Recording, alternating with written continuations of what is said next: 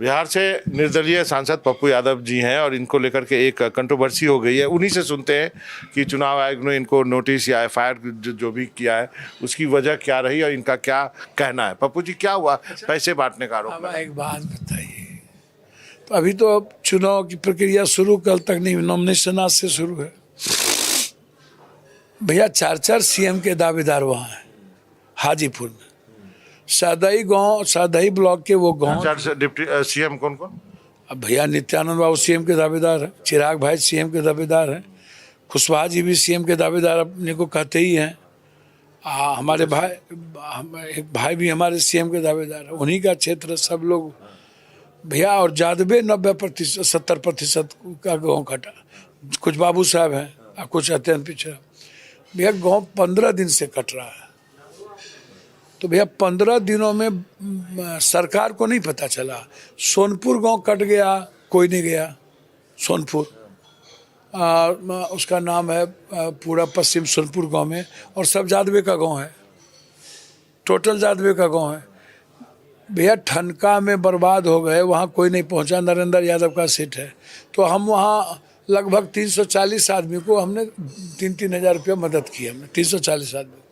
तो भैया जब टोटल गरीब का निषाद, मला, केवट, बीन, मुसलमान का गांव गिर गया और सरकार पहुंच ही नहीं रही, या पहुंचा तो हमने मदद कर दी। हम यहाँ जाकर के आपकी मदद कर दिया। तो भैया जब हम चुनाव लड़ ही नहीं रहे हैं और हमारा कोई पार्टी नहीं है और हम गरीब की मदद कर रहे हैं, इससे वोटर का प्रभावित होने का कोई मतलब नहीं है। 9 बजे रात में एसडीओ साहब आप गए क्यों नहीं? पप्पू यादव को नहीं जाना पड़ता? आप सीओ साहब आपके क्यों नहीं गए? क्यों एक कर्मा खाना नहीं दिया आपने? क्यों 10 दिन से लोग भूखे हैं? क्यों किसी को आपने पन्नी नहीं दी अभी तक? गनोड़ा गांव में क्या पन्नी नहीं दी? आकाश के नीचे सोए हुए सबका गांव कट गया। तो क्या ये मेरा as a human being, as a मानवीय मूल्यों से मेरा ये दायित्व तो नहीं बनता? इसमें तो कोई भी बात की बात नहीं थी। हमको नोटिस भेजा गया, आपको क्या नोटिस? नोटिस क्या भेजता? आचार संहिता, आचार संहिता में लोग थाना में लिख के देता है। तो भैया अब हम चुनाव आयोग से कितना डरें? या अब इन लोगों के से आपको फांसी दे दो, जितना केस करना हो। यदि ये परिस्थिति आएगी, हमारे पास डेली जहां मैं रहता हूं लोग आते हैं मेडिकल के लिए, अन चीज़ों के लिए मदद मांगने। तो आप दिल्ली में भी करते हैं? नहीं, यहाँ आता है तो हम उसको क्या कहें कि नहीं अभी आचार संहिता है, तुम अब तुम्हारा बेटा को मरने दो, तुम्हारी बीवी भले है मरने दो, हम क्या करेंगे, हमको केस हो जाएगा। तो भैया हम आदमी बचाएं कि केस का डर देखें? हमको ये आप बता दीजिए बाबा। आदमी बचाएं, ह्यूमन बीइंग को बचाएं, अपने जो मेरा, हम जिसके लिए दुनिया में पैदा हुए हैं और हम फालतू धंधे में रहे। तो इसीलिए बाबा मैं नेताओं से आग्रह करूंगा, अब तो हेलीकॉप्टर 100 लगेगा, तो हेलीकॉप्टर के लिए पैसा है इन लोगों के पास। टिकट परेशान, अरे जिस टिकट में आप लोग पैसा ले रहे हो उसी का कुछ दे दो।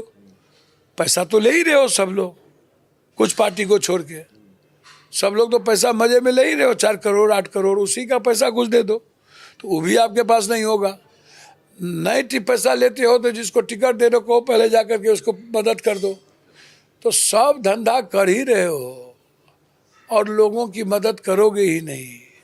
और पप्पू यादव जाएगा तो पेट में दर्द हो जाओगा। मेरा ये कहना है कि आपका कहना है कि ऐसी परिस्थिति होगी, आप मदद करने से पीछे नहीं हिचके। सर सवाल ही नहीं उठता सर। ऐसी परिस्थितियां आएगी तो वहाँ चुनाव माने नहीं रखता है, और ना ही चुनाव से उसका कोई लेना देना है। वो ह्यूमन बीइंग है और उसकी मदद हम करते ही रहेंगे। पप्पू यादव का कहना साफ है कि यदि ऐसी परिस्थिति बनी तो चुनाव होने या ना होने का कोई मतलब नहीं है। वो ऐसे लोगों की मदद करेंगे जिनको मदद की जरूरत होगी। मनोज भारती, एनडीटीवी इंडिया के लिए।